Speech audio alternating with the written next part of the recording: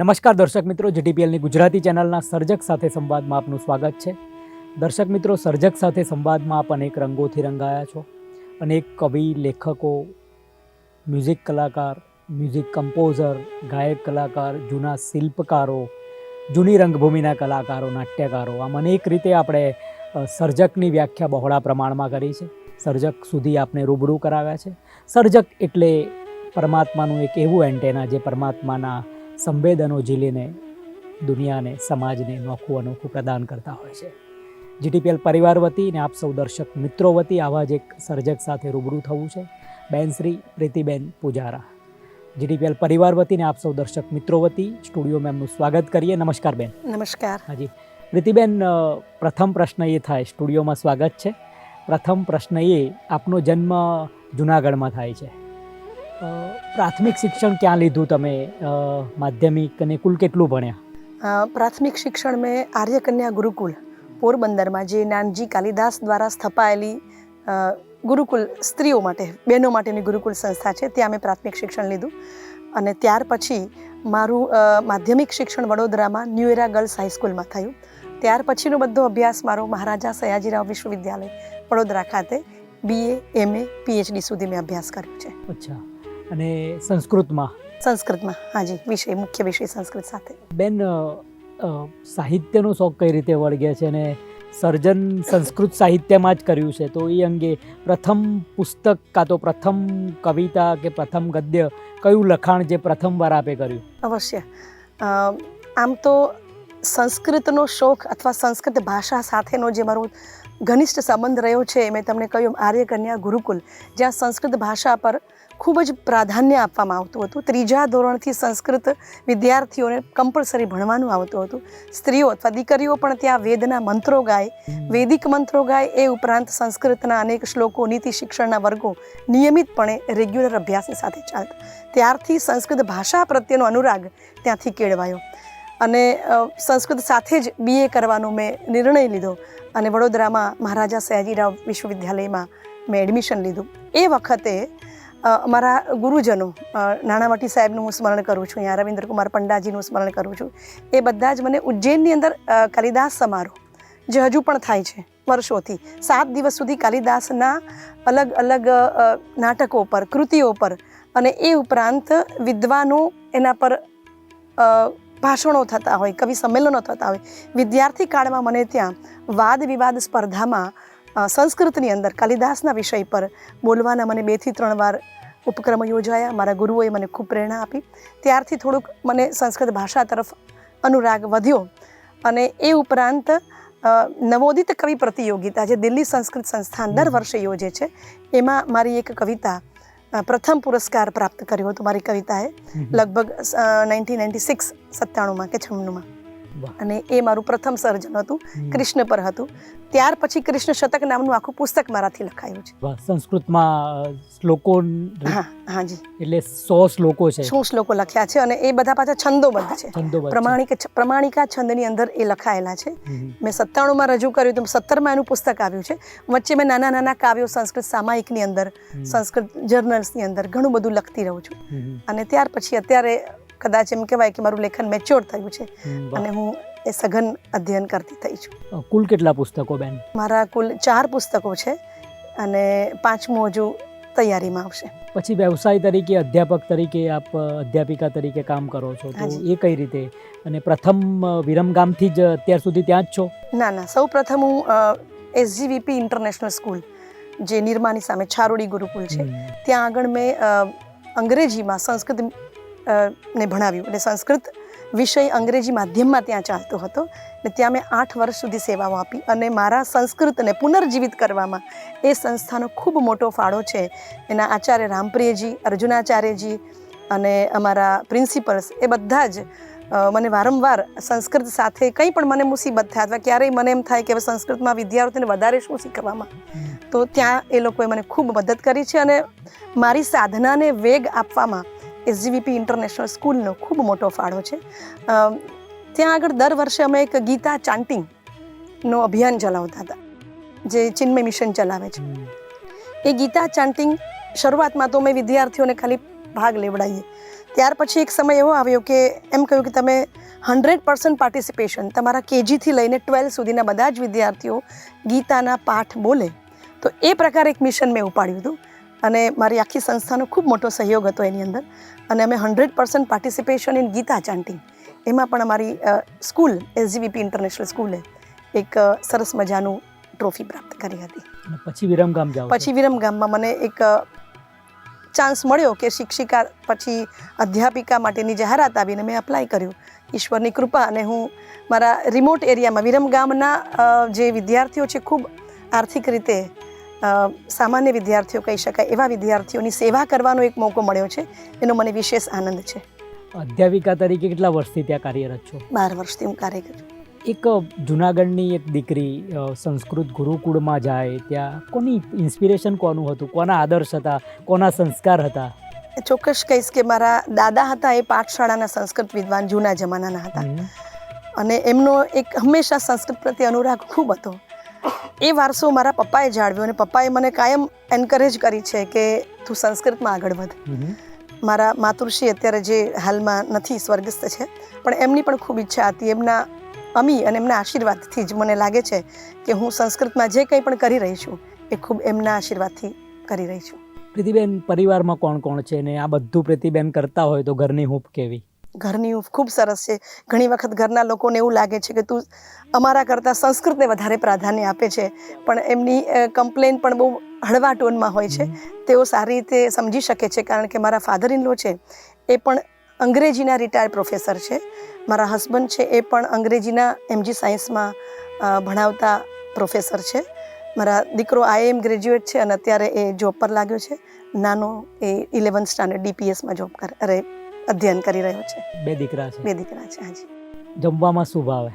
જમવામાં મને પૂછો તો હું રોજ દૂધીનું શાક, ગલકાનું શાક, ખીચડી અને પરોઠા આવું જ ખાઉં છું. બધું જ ભાવે છે, પણ મને એવું લાગે છે કે જ્યાં સુધી તમારા ખોરાકની અંદર સાદગી ન આવે ત્યાં સુધી તમારા વિચારોમાં પણ સાદગી કદાચ ન આવે. એટલે મને ગમે છે, હું બધું જ ખાઉં છું, પણ મારું પ્રિય શાક કોઈને ના ભાવે, દૂધી ખાઉં છું, ગલકા ખાઉં છું. ક્યાં વાત હે. પ્રીતિબેન, ભવિષ્યનો શું પ્લાન છે? સાહિત્યમાં શું કરવું છે? ખૂબ મોટા સોપાનો સર કરવાની ઈચ્છા છે. અત્યારે મને એમ લાગે છે કે હું એક નાના પથની પ્રવાસી છું, પણ ધીરે ધીરે જેટલું આગળ વધાય એટલું વધવું છે. પણ સંસ્કૃતમાં એક એવા ગ્રંથની રચના કરવી છે કે જ્યારે કોઈએ કરી જ ના હોય, એવું મારું એક સપનું છે. ક્યાં વાત હે, અભિનંદન. અને એ વિચારો છે મારા મગજમાં, પણ ઈશ્વરની કૃપા થશે.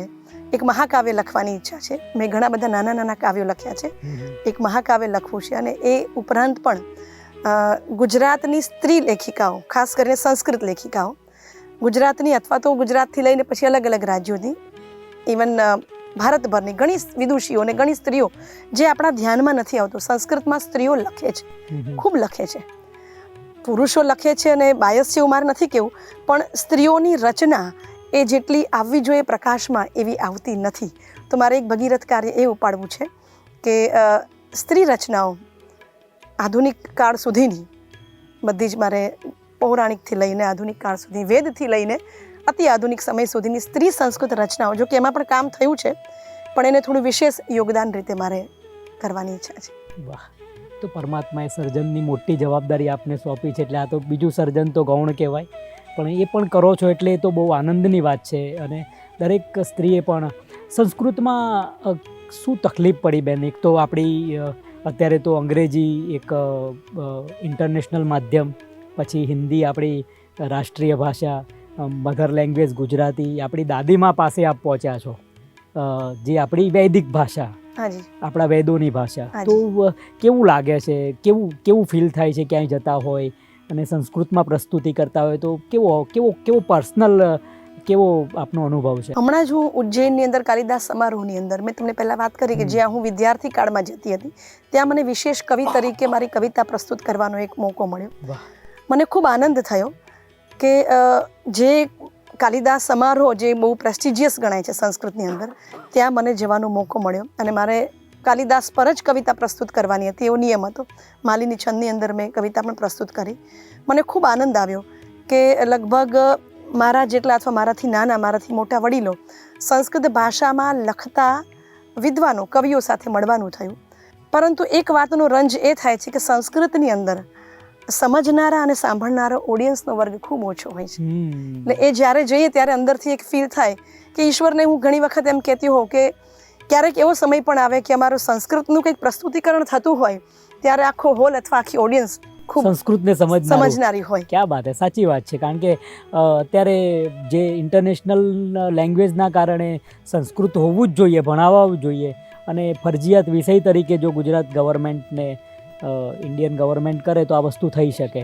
પ્રયત્નો ચાલુ પણ છે, પણ હજુ એ લેવલ સુધી નથી થયા. અને મને લાગે છે કે કદાચ ધીરે ધીરે એવો સમય આવશે. હું ખૂબ આશાવાદી છું કે સંસ્કૃતનો પણ એવો સમય આવશે કે જ્યારે લોકો ખૂબ પ્રેમથી સંસ્કૃત ભણતા હશે, સંસ્કૃતમાં વાતો કરતા હશે, સંસ્કૃતમાં હાલરડા ગવાતા હશે, અને સંસ્કૃત બધી બાજુ ફૂલ્યું ફાલ્યું હશે. આવું હું સપનું જોઈ રહી છું. જુનાગઢ, ગઢ, ગિરનારમાંથી છેક મેટ્રો અમદાવાદમાં રહો છો, કોન્ક્રીટના મહેલોમાં કેવો અનુભવ થાય છે? કોન્ક્રીટના મહેલોમાં તમે શબ્દ ખૂબ સરસ વાપર્યો છે કે ઝાક જમાડ. હવે અત્યારે તો ખૂબ જેને કહેવાય કે આકર્ષણ ઘણા બધા થઈ ગયા છે ફરવાના સ્થળોથી લઈને, પણ જે માનવતા, નીતિમત્તા ક્યાંક ક્યાંક થોડાક વિસરાયેલા હોય એવું જણાય છે આપણને કોઈક જગ્યાએ. અને છતાં હું વિરમગામ સાથે જોડાયેલું છું એટલે મને એવો અનુભવ ઓછો થાય છે. કારણ કે અમારા ગામડાના વિદ્યાર્થીઓ, શિક્ષકો, ઇવન અમારા પ્રિન્સિપલ જે પેથાણી સાહેબ છે, એમનો પણ ખૂબ સપોર્ટ છે મને આ બધી સંસ્કૃતની અંદર મારી જર્ની આગળ વધારવામાં. એટલે થોડોક ફરક દેખાય છે તમને, પણ આઈ થિંક આપણે સ્વીકારી લેવું જોઈએ. જે સમય છે એની સાથે ચાલવું જોઈએ. પ્રીતિબેન, ગમતા લેખક સંસ્કૃતના મને સૌથી વધારે ગમતા મહાકવિ કાલિદાસ છે. ત્યાર પછી નીતિ શતકના રચયિતા ભર્તૃહરિ છે, જેણે ખૂબ સમય લગભગ 700-800 વર્ષ પહેલાં લખેલું પુસ્તક, પણ અત્યારે તમે વાંચો તો તમને એમ જ થાય કે આ પુસ્તક આજે જ લખાયું છે. એની કોન્ટેમ્પરરી વેલ્યુ જે છે, આધુનિકતાના સંદર્ભમાં જે જોડાણ છે એનું, એ તમને એમ લાગે કે ભર્તૃહરિ ક્યારેય જૂના થયા જ નથી. ભગવદ્ ગીતા મારો પ્રિય ગ્રંથ છે. ભગવદ્ ગીતા મારે ભણાવવાનું પણ આવે છે. તો મને એમ થાય કે ભગવદ્ ગીતા તો ચિરકાળ, સનાતન કાળ સુધી એક શાશ્વત ગ્રંથ છે, જે ક્યારેય જૂનો થયો નથી. ભર્તૃહરિમાં કેમ એવું લાગે છે કે આજનું એ પ્રેઝન્ટ ટાઈમમાં જીવ્યા? એમણે શૃંગાર શતક લખ્યું તો જીવનના અનુભવો જેવા અનુભવ્યા માણસ તરીકે એ લખ્યા. નીતિ શતકમાં થોડીક બુદ્ધિ આવી, નીતિ શતક, અને પછી વૈરાગ શતક એમણે ત્રીજું લખ્યું. પત્નીના કે સ્ત્રીનું એક જે આકર્ષણ છે જે એને પુરુષ બનાવ્યું હતું, પછી બુદ્ધ તરફની ગતિ, એટલે વૈરાગ્ય શતક છે એમનું. એટલે આપણે જીવન, આપણા માણસોના અનુભવો આ જ રહ્યા છે એમ, ચિરકાલીનથી લઈને અત્યાર સુધી, મહાભારતથી રામાયણથી. એટલે આપણને એવું લાગે આ તાજું છે. ભર્તૃહરિ શતક, આપ શું વિચારો એક ક્રિટિક તરીકે, એક વિવેચક, આલોચક? સંસ્કૃતમાં તો શું કહેવાય છે ક્રિટિકને? વિવેચકને? આલોચક, વિવેચક શબ્દ બરાબર છે, વિવેચન જ કરે છે. ભર્તૃહરિ એમ કહેવાય કે એને 3 શતકોમાંથી પસાર થયા પછી એવું કહેવાય કે જીવનના સત્યમ, શિવમ અને સુંદરમ ત્રણેય પાસાઓને લગતું આખું આ સ્પર્શ્યા છે. તમે નીતિ શતક વાંચો તો એમ થાય કે ભારોભાર નીતિ છે, સત્ય જ છે, જીવનનું સત્ય છે. તમે શૃંગાર શતક વાંચો તો દાંપત્ય જીવન અથવા શૃંગારનું જે આખી કળા છે એ પણ ધર્મ, અર્થ, કામ અને મોક્ષની જે 4 વસ્તુની વાત કરી છે, એમાં એક કામ તરફ જે ગતિ છે એ પણ મનુષ્ય જીવનમાં ખૂબ જરૂરી વાત કરી છે. અને જીવનનું જે અંતિમ લક્ષ્ય છે, ભગવદ્ ગીતામાં પણ કહે છે કે અંતિમ લક્ષ્ય માણસનું નિર્વાણ તરફ હોવું જોઈએ, મોક્ષ તરફ હોવું જોઈએ. તો વૈરાગ શતક છે એ આખું તમને એ બતાવે છે, નિર્વાણ ગતિ બતાવે છે. ભગવદ્ ગીતાની ફિલોસોફી ઘણી બધી તમને વૈરાગ શતકમાં જોવા મળે. પણ નીતિ શતક હું ભણાવું છું અને વિદ્યાર્થીઓને એમાંથી ઘણું બધું પીરસું છું. તો ઘણા મૌક્તિકો એવા છે કે તમને એમ લાગે કે નીતિ શતકમાં કવિ ઘણું બધું પોતાના અનુભવો તો છે જ છે, પણ સમાજ ત્યારેય સરખો હતો, આજેય સરખો છે. એક સરસ મજાનું પદ્ય છે એની અંદર, જ્યારે લોકો કોઈક સરસ કાર્ય કરતા હોય ત્યારે એના ટીકાકારો ઘણા બધા વધી જતા હોય, પણ કવિ એમ કહે છે કે વસંત તિલકામાં એક સરસ મજાનું પદ્ય મૂકે છે, નિંદંતુ નીતિ નિપુણાય દિવાસ્તુવંતુ લક્ષ્મીઃ સમાવિશતુ ગચ્છતુ વા યથેષ્ટમ અદ્યૈવ વા મરણમસ્તુ યુગાંતરે વા નૈયાત પથઃ પ્રવિચલંતિ પદમ ન ધીરઃ. ધીર, સ્થિર વ્યક્તિ છે જે પોતાના કાર્યમાં સતત ગતિશીલ છે. એ સમાજની પરવા નથી કરતો. લોકો એની નિંદા કરે કે સ્તુતિ કરે, મૃત્યુ આજે આવે કે ક્ષણમાં આવે કે યુગો પછી આવે, લક્ષ્મી આજે રહે કે જતી રહે, પણ એના કાર્યમાં સતત અવિરતતયા ગતિશીલ જ હોય છે. તો આવા અનેક પદ્યો છે કે એ વિદ્યાર્થીઓને, ઇવન આપણને કે માનવ જીવનમાં એક નવી ગતિ બતાવતા હોય છે. જ્યાં તમે એમ થાય કે મુશ્કેલી છે, તો સંસ્કૃતનો એકાદ શ્લોક તમને સ્પર્શી જાય તો તમારો આખો દિવસ સુધરી જાય છે. क्या बात है, बहुत अच्छे. પ્રીતિબેન, કોઈ એવોર્ડથી પોખાયા હોય, આપના પુસ્તકો ક્યાંક પોખાય, એ અંગે થોડી વાત. બહુ ગૌરવ સાથે મને કહેવાની ઈચ્છા થાય કે મેં 4 પુસ્તકો લખ્યા છે. 4 પુસ્તકો ગુજરાત સાહિત્ય અકાદમીમાં શ્રેષ્ઠ પુસ્તક પારિતોષિકમાં એમની ગણના થઈ છે. એનું મને ગૌરવ છે. વાહ. એટલે સંસ્કૃતમાં દર્શક મિત્રોને કવિતાઓ સંભળાવી છે, આપની સ્વરચિત કવિતાઓ. આપ પઠન કરો, આપના મુખે હોય. ઈર્ષાદ. હા, એક હું સંસ્કૃતમાં ગીત, જે મને ગમતું ગીત છે એ પઠન કરીશ. ત્યાર પછી એક સ્ત્રી સશક્તિકરણની મને ખૂબ ગમતી કવિતા છે, એની હું વાત કરીશ. રાધા અને કૃષ્ણના ભાવને લઈને એક 50 ગીતોનો સંગ્રહ મારો ટૂંક સમયમાં આવી રહ્યો છે. એમાંની એક ગીત છે રાધા સંસક્ત હૃદયમ. રાધા સાથે જોડાયેલું હૃદય. કૃષ્ણ બોલે છે, રાધાની ઉક્તિઓ છે. રાધા સંસક્ત હૃદયમ રાધા રાધા રટેતી. રાધા સંસક્ત હૃદયમ રાધા રાધા રટેતી. રાધયા વિના મે ભુવિ નાસ્તિ સુખમ સખી રે. રાધા રાધા રટેતી. ઘટેપી મોહન પટેપી સખી મોહન. જાગરા સ્વાપયોર મંત્રો મે મોહન. જ્વાજલ્યમાના હૃદિ જ્યોતિ મોહન નામના. રાધા રાધા રટેતી. રાધા સંસક્ત હૃદયમ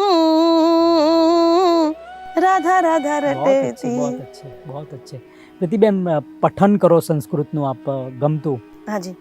પણ પઠનમાં હું લગભગ છંદમાં વધારે લખું છું. એટલે શ્રગવણી છંદમાં લખેલી એક મારી મને ગમતી કવિતા છે. તરન્નુમ પણ વાંધો નહીં, આપ ગાયને પણ સંસ્કૃત છંદો છે એટલે એના વગર એનું પ્રમાણ પણ નહીં આવી શકે. હાજી. એક સુંદર મજાની કવિતા છે, પાકશાલા નમે કર્મ ભૂમિ સદા. સંસ્કૃતમાં પાકશાલા એટલે રસોડું. રસોડાની હું રાણી નથી, એવી એક સરગવીની છંદમાં લખાયેલી 3 પદ્યો હું ગાઈશ ને. કામિની કામદા હમ પ્રિયા વલ્લભા. પ્રેમ કલ્લોલિની તિશ્રુતા ભૂતલે. अन्नपूर्णा कथम केवलम मे छवि पाकशाला नमे कर्म भूमि सदा. આનો અર્થ એવો છે કે હું કામિની છું, કામદા છું, પ્રેમની નદી છું, પણ મને અન્નપૂર્ણા માનશો નહીં, હું કેવળ અન્નપૂર્ણા નથી. અંબિકા વત્સલા હમ સુધા વર્ષિણી. માલતી કોમલા निर्मिता ब्रह्मणा. शक्तिरूपा पुनः चंडिका संस्कृतौ. पाकशाला नमे कर्म भूमि सदा. पुत्रवत् लालिता हम पितुः केतने. शिक्षिता दीक्षिता पालिता पोषिता. अंबरम चुंबितुम प्रेरिता हम सदा. पाकशाला नमे કર્મ ભૂમિ સદા. મને રસોડામાં રાણી બનાવીને રાખવાનું દુસ્સાહસ ના કરશો, કારણ કે હું માત્ર અન્નપૂર્ણા જ નથી, મારા ઘણા બધા રોલ્સ છે. અને એમ કવિતા ખૂબ આગળ વધે છે. ઘણા બધા લગભગ 25 જેટલા સ્ટાન્ઝા મેં આની અંદર લખેલા છે. વાહ વાહ, બિલકુલ સાચી વાત છે. અન્નપૂર્ણાનું અત્યારે તો માગસર મહિનો ચાલે છે. અન્નપૂર્ણા માતાજીનું અત્યારે વ્રત પણ ચાલી રહ્યું છે 21 દિવસનું. કેવું લાગે છે બેન, કોલેજમાં દીકરીઓ આવે છે તો આજનો સમય, આજનો જે સાંપ્રત સમય છે, તમે પરિધાનમાં સાડીમાં એક માતાજીના પરિવેશમાં છો, આજના સમયનું કેવું ફીલ કરો છો? તમે પણ 41 વર્ષ એટલે એવું નહીં કે વધારે ઉંમર છે, પણ અત્યારની પેઢીને કઈ રીતે જનરેશન જે જોવો છો, તમને શું ફીલ થાય છે?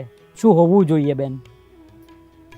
જવાબદાર તો છે આજની પેઢી. હા, જવાબદાર છે. અધ્યાપક તરીકે વિદ્યાર્થીઓને અમે ભણાવીએ, જો ગામડાના પરિવેશની ખાલી વાત કરીએ તો હજુ એમ લાગે કે હજુ ઘણા જ એ આર્થિક રીતે નહીં, માનસિક રીતે પણ ઘણા એમને પછાત તો ના શબ્દ વપરાય કે હજુ નીચા છે, એમને ઘણું મોટિવેશનની જરૂર છે, એમને ઘણા પ્રેરણા આપવાની જરૂર છે, જે અમારા અધ્યાપકો અથવા તો હું જે સંસ્થામાં છું ત્યાં આગળ એ કાર્ય કરી રહી છું. પણ વિદ્યાર્થીઓ પોતે પગભર થાય, ખાસ કરીને દીકરીઓ પગભર થાય, એ સમાજમાં ખૂબ જરૂરી છે. કારણ કે અત્યારનો સમય એવો છે કે દીકરા અને દીકરી બંને સરખા જ છે. બંને ખભા સાથે ખભું મિલાવીને કામ કરશે તો જ એક ઉન્નત સમાજની રચના થશે, એમાં કોઈ શંકા નથી. એટલે દીકરીઓને હજુ એમ કહું છું કે તમે ઘરમાંથી બહાર આવો. અમારે ત્યાં પ્રશ્ન એ થાય છે કે વિદ્યાર્થીઓ ફર્સ્ટ યરમાં એડમિશન લીધું હોય, ત્રીજા વર્ષમાં આવતા આવતા કાં તો એ પરણી ગયા હોય, કાં તો એના પેરેન્ટ્સ એમ કહ્યું હોય કે હવે આપણે ભણવાની જરૂર નથી, દીકરાઓને ભણાવે છે, દીકરીઓને નથી ભણાવતા. તો મારો હંમેશા માટે એ જ આગ્રહ હોય, એના પેરેન્ટ્સનું પણ અમે કાઉન્સેલિંગ કરીએ કે તમે દીકરીઓને ભણવા દો.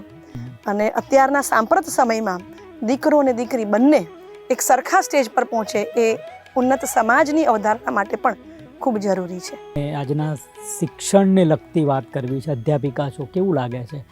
ગવર્મેન્ટ કોલેજમાં છો આપ? હાજી. હા, આજે પ્રાઇવેટાઇઝેશન થઈ રહ્યું છે, કેવું ફીલ થાય છે? તમે નથી પણ તમે ફીલ કરો છો? એક્ઝેક્ટલી. અમે વારંવાર એવું વિચારતા હોઈએ છીએ કે અમારું દસકાનું ભવિષ્ય છે, ત્યાર પછી કદાચ એવું બને કે ગવર્મેન્ટ બધું પ્રાઇવેટાઇઝેશન કરી નાખે, આ પરિસ્થિતિ ઉદ્ભવે.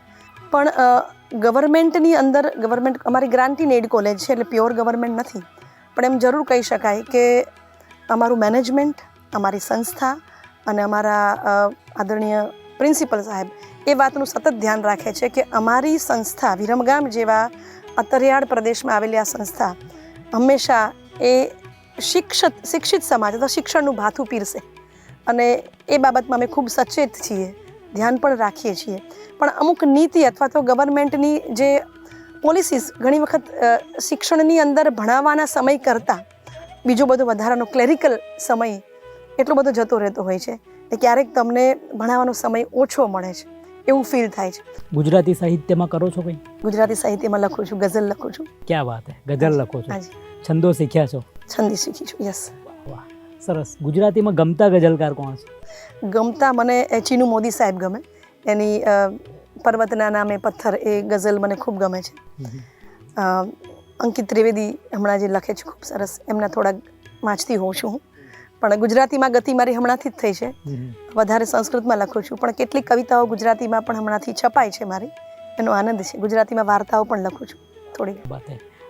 ગદ્યમાં પણ કામ કરો છો. પ્રીતિબેન, સંસ્કૃતના વિદુષી છો, ભણ્યા છો, અધ્યાપિકા છો, તો સંસ્કૃત માટે એક તો સમાજને અધ્યાપિકા તરીકે, કેળવણીકાર તરીકે આપનો સંદેશ, એક સાહિત્યકાર તરીકે આપનો સંદેશ, આ ત્રણેય દિશામાં સમાજ શું કરી શકે, દર્શક મિત્રો માટે આપનો સંદેશ? સાહિત્યકાર તરીકે તો મારે એટલું કહેવું છે કે આપણી પાસે એટલું બધું અઢળક સાહિત્ય છે. ભાષાની વાત કરીએ તો સંસ્કૃત સિવાય ગુજરાતીમાં પણ એટલું સાહિત્ય છે. આપણા વિદ્યાર્થીઓ માત્ર ને માત્ર અભ્યાસક્રમમાં આવતી કવિતાઓને વાંચીને મગપ કરી અને પરીક્ષામાં પાસ થઈ જાય એ ઉદ્દેશ ન રાખે, પણ કાંત સુધી પહોંચે, એ આપણા દરેક ઇવન કાલિદાસ સુધી પહોંચે કે આપણા ભર્તૃહરિ સુધી પહોંચે અને એમાં રહેલા તથ્યોને એ બહાર કાઢે, વાંચે. ક્યાંક સિલેબસમાં જ હું માનું છું કે એવા આપણે મૂક્યા જ છે, પણ એવા હજુય એવા ટોપિક્સ અથવા એવા વિષય વસ્તુને પ્રાધાન્ય આપવામાં આવે કે વિદ્યાર્થીઓ એ બધું સ્પર્શે, માત્ર સ્પર્શે જ નહીં પણ એનો ઊંડો અભ્યાસ કરે અને જીવનની અંદર જે ઉપયોગી થાય એવું સાહિત્ય છે. ભારોભાર આપણી પ્રતો એટલી બધી પડી છે કે જેને કોઈ ઉકેલવા વાળું નથી, તો એની અંદર પણ ઘણું બધું કામ છે. વિદ્યાર્થીઓ એવું પણ કરી શકે. એ સાહિત્યકાર તરીકે મને વિદ્યાર્થીને આપવાની એક આ ઈચ્છા થાય. કેળવણીકાર તરીકે મને એમ થાય કે સમાજની અંદર જે વડીલો છે, મોભીઓ છે, એનો એક બહુ મોટો રોલ છે. ભગવદ્ ગીતાની અંદર આમ તો અર્જુનને સંબોધાયેલો એક શ્લોક છે, યદ્યદા આચરતિ શ્રેષ્ઠઃ યદ્યદા આચરતિ શ્રેષ્ઠઃ તત્તદ્ દેવેતરો જનઃ સયત પ્રમાણં કુરુતે લોકઃ તદનુવર્તતે. એમ કહેવાય છે અર્જુન જ્યારે હથિયાર હેઠા મૂકે છે ત્યારે કૃષ્ણ ભગવાન કહે છે કે ભાઈ તું બાણાવળી છે, તારું સમાજમાં મોટું સ્થાન છે, તું હથિયાર હેઠો મૂકીશ તો તારા દાખલા આવનારી પેઢી લેશે. એટલે કેળવણીકાર તરીકે, શિક્ષિત સમાજમાં અધ્યાપિકા તરીકે મને એવું લાગે છે કે મારે મારા વિદ્યાર્થીઓ માટે, સમાજ માટે એક રોલ મોડલ, એક આદર્શ બનવાનું હોય અને એ કેડી પર વિદ્યાર્થીઓ બધું જ નહીં પણ થોડુંક પણ કંઈક ગ્રહણ કરે તો એમના ભવિષ્યમાં એની ઉન્નત જીવનની સફરમાં એમને ખૂબ માર્ગદર્શન મળે. દર્શક મિત્રો, આપણે પ્રીતિબેન પૂજારાને મળી રહ્યા હતા. તમે આખી સંસ્કૃતનું આખું વાતાવરણ એમણે ઊભું કર્યું છે. આ એમની આભા છે, એક મેગ્નેટિક ફિલ્ડ છે. માણસ જ્યાં જતું હોય ને એ પોતાનું મેગ્નેટિક ફિલ્ડ લઈને જતું હોય છે અને એમનાથી આખું વાતાવરણ એક સુંદર અને સુગંધિત બનતું હોય છે. પ્રીતિબેનને મળીને એ જ આનંદ થયો. સંસ્કૃત ભાષા એ આપણી દાદીમાં છે, આપણી મૂળ છે, આપણું મૂળ છે અને આપણા વેદોની ભાષા છે. આપણે એમને વંદન જ કરવા પડે ને. પ્રીતિબેન આટલું કામ કરે છે સંસ્કૃત માટે, એટલે એમને પણ વંદન કરીએ. GTPL પરિવાર વતી ને આપ સૌ દર્શક મિત્રો વતી સ્ટુડિયોમાં આવવા માટે એમનો હાર્દિક આભાર માનીએ. આભાર બેન. આભાર, ખૂબ ખૂબ આભાર.